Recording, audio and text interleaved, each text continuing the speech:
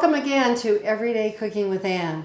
Today I'm going to be sharing a special recipe with you, and I was trying to think of the perfect occasion to do this, but I do have an occasion this week because I am doing a dessert buffet for a wedding, and they asked for me to make homemade cheesecakes. Now you could go to Costco and get cheesecake, or you could order probably a $60 cheesecake from Cheesecake Factory, but I am told that this is the best tasting cheesecake ever, and so I'm going to be making it, and I'm going to be freezing it so that I can prepare to use it for this weekend at the wedding that I'm doing. I'm just doing a dessert buffet using a lot of other items that I've already shared in video with you.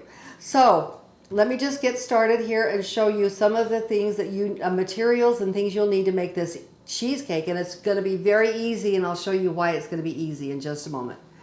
First of all, there's a couple different kinds of cheesecake pans that you can use. Now, a cheesecake pan is a springform pan. That means it has a bottom that comes out. And the way you release it is with this latch right here. So you'll take the top off. Once your cheesecake is all cooked, it will be right on the bottom of this pan. Okay, another way I do a cheesecake is I use a silicone, which I really, really love. I ordered one of these and I've given one to all of my kids because they love it too. So it's a silicone, it's the same type of thing, but it has a nice glass bottom here so that when you release it, you can actually serve it on this glass bottom and you don't have to remove it to another platter unless you want to. So those are the materials you need. You do want to put on this one right here, parchment or something like that, so it'll release easily from the cheesecake pan. Okay, the other thing that I want to show you is some of the other ingredients, which are 3 8-ounce packages of cream cheese. Okay, that's the main ingredient. And we're also putting in 3 eggs with some sugar. We'll be adding a little bit of vanilla to that too as we beat it up. The thing that's going to make this most wonderful is these raspberries, which we'll make into a raspberry sauce to put on top. And also I have another amazing raspberry bottom that we use to decorate to make it look really fancy for the wedding. We're going to make a homemade crust out of the kit. You want to make sure you use Honey Made because this is the highest quality graham cracker you can get out there. And I'll be showing you how to make that first in just a few minutes. As far as graham crackers and making them crushed up into small pieces, before I had my Ninja, which we'll use today, I used to always use my marble rolling pin and a nice Ziploc bag, put your graham crackers in there, break them up a little bit, and I just would pound them. So if you don't have a Ninja like I do or a fruit processor that will work, that's what we're going to be. You can use just a Ziploc bag, put your graham crackers in there, and it will go. And then you're going to be adding a 1/3 cup of melted butter. That's it until I show you how to make the sauce later. But we're going to start with the graham cracker crust in just a moment. I know that we're going to need at least 1 package of Honey Made graham crackers. So I'm going to go ahead and put those in here. You want to make sure they're fresh. And sometimes I forget how many more of these I'm going to use. I'm going to put 3 in here. I think it'll be enough. And if you have a little bit too much graham cracker, that's fine. But you don't want to really actually use much more than that because it'll make the crust too thick. Okay, now I'm going to chop these up in my Ninja. Now this is a much finer crumb now. You can see there's no big pieces in there. This is the problem with having to do by hand. Sometimes it's hard to get the finer crumb, but this is what makes a really great crumb on your graham cracker. So I'm going to go ahead and put in 1 cup.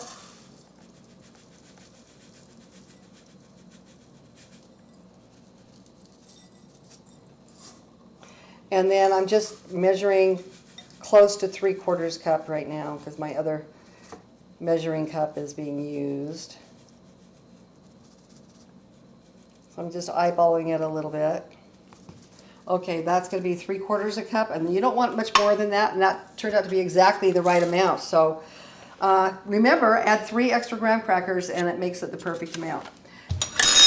Now I'm going to be putting in the 1/3 cup of butter, and also a 1/4 cup of sugar. Homemade graham cracker crust is so much better. Do not, I mean, do not go buy a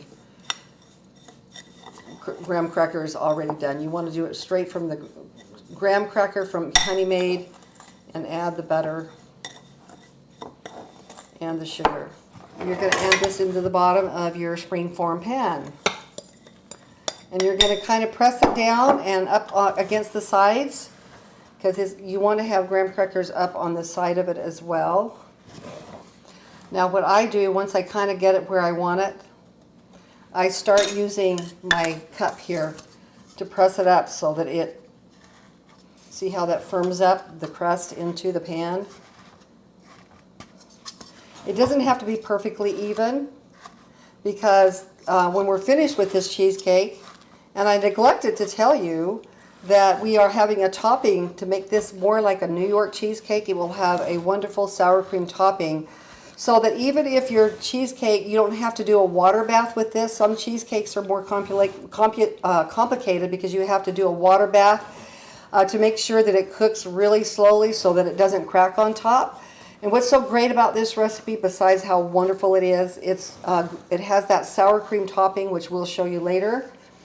And that makes it look really smooth and beautiful. Okay, so we're just about ready to make our filling that we'll put into our graham cracker crust before we put it in the oven. We're making the actual cream cheese filling, and we're putting in 3 8-ounce packages of cream cheese. And we're also putting in 3/4 cup of sugar. And this is what we're going to mix with our mixer with the paddle attachment until it's nice and smooth. This will take a couple minutes.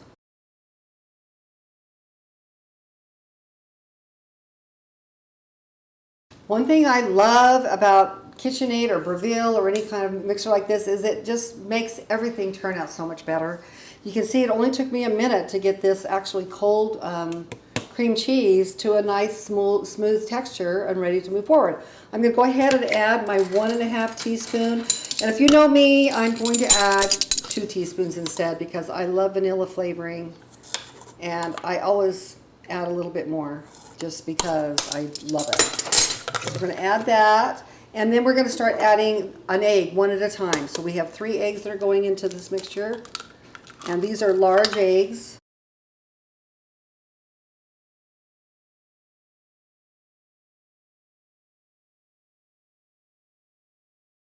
You don't really want big chunks of cream cheese in the middle of the cake, so you just want to make sure this is going to turn out smoothly. So I'm just shoving it down a little bit.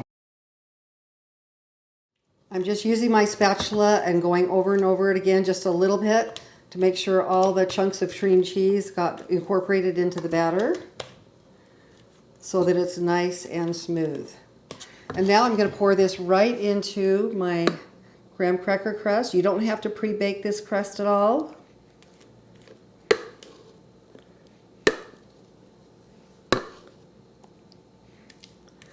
You could go online. I have seen this silicone. I bought it from another company, but you can go online, I'm sure, to Amazon and look for this silicone cheesecake pan if you don't have a cheesecake pan already. I really enjoy using this one.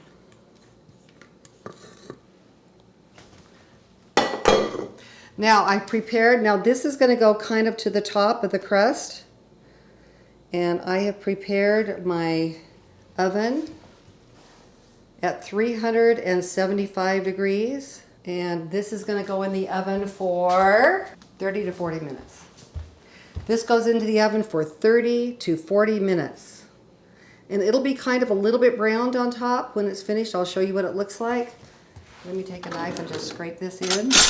This is a wonderful dessert and so easy to make, as you can see, to serve to impress your guests. Wait till you see the final product. I can't wait to show you.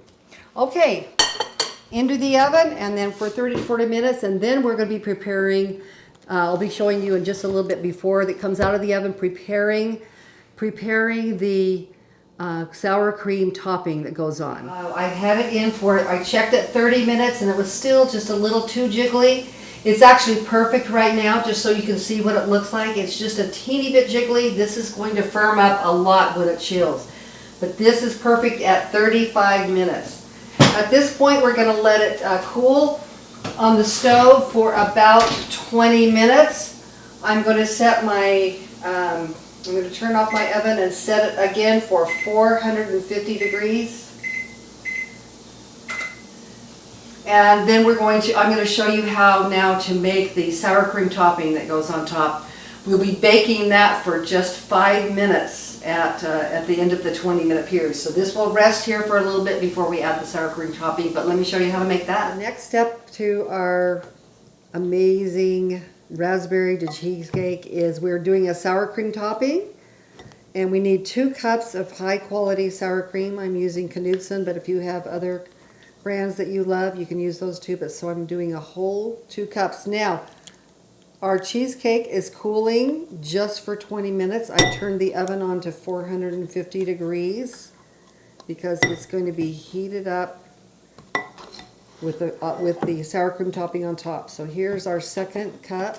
This is going to make your cheesecake look amazing. You don't have to worry about cracks in your cheesecake and having it not look as nice as you want, because this sour cream is going to cover up any flaws that may be there. Okay, I'm putting in 3 tablespoons of sugar and also a teaspoon of vanilla. Going to fold this together, and in just about 20 minutes before we put it back in the oven again, I'll be adding this to the top of our cheesecake. I'm just getting this ready. I'll put it in the refrigerator. The cake's been resting for 15 minutes, actually 20 minutes. And now I'm going to put on our sour cream topping that has the sugar and the vanilla in it. This just makes one more layer of yummy goodness. Now, this cheesecake just alone like this is really amazing just in itself. But today, of course, we're going to be showing what I'm doing for this wedding that I'm doing, this cheesecake to raspberry. So I'll be showing you in just a few minutes how to make the raspberry sauce. It's actually the very same recipe. If you've ever seen my waffle recipe with raspberry sauce, it's the very same raspberry sauce recipe. Okay, we're going to be putting this in the oven again now for another just 5 minutes is all that we're putting this in for. Now we're making the raspberry sauce. I know it seems kind of like a long process here, but it really isn't. Okay, this is actually a 12-ounce package of frozen raspberries, which I have thawed. The recipe calls for 10 ounces, so we're just adding a little bit more sugar to counteract that. But we're going to go ahead and put this into our... You can put it into a blender. I use my Ninja as my blender, so that would be good. I keep this in my freezer all the time because I'm always making this sauce. So I have 1 tablespoon of frozen orange juice concentrate.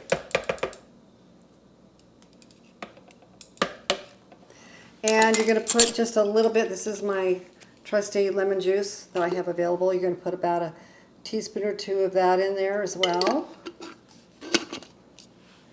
And then you're going to put either a quarter. This should not be the orange juice concentrate. This should be fresh orange juice. So you can put. I'm going to put just a quarter cup in here to see how it is, but you can put up to a half a cup in there to make your sauce. That's pureed. I'm adding the sugar now. The recipe calls for 3 tablespoons. I'm putting in 4. Now this is a very special sauce. Most people who make this sauce or eat the sauce would like to have it so it does not have seeds in it.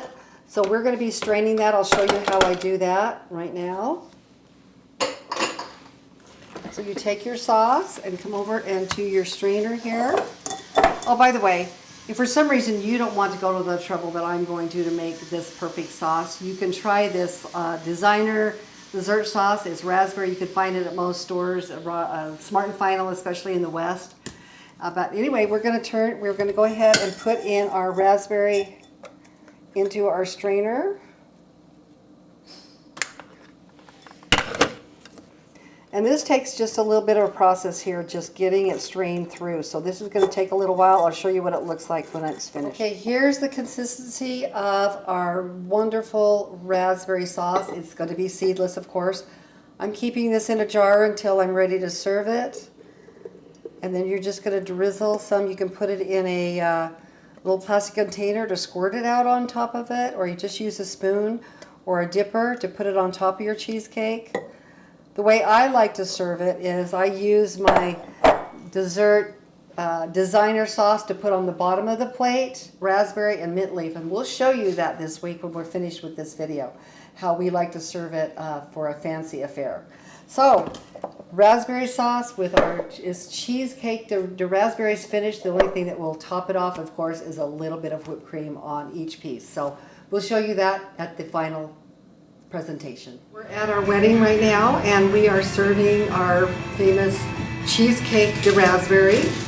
We have our homemade raspberry sauce, and we're putting it on our amazing cheesecake. And we're going to add some raspberries to the top of that as well. So I'm going to go ahead and drizzle this on. This sauce is so delicious. And we're going to put a couple of raspberries on here.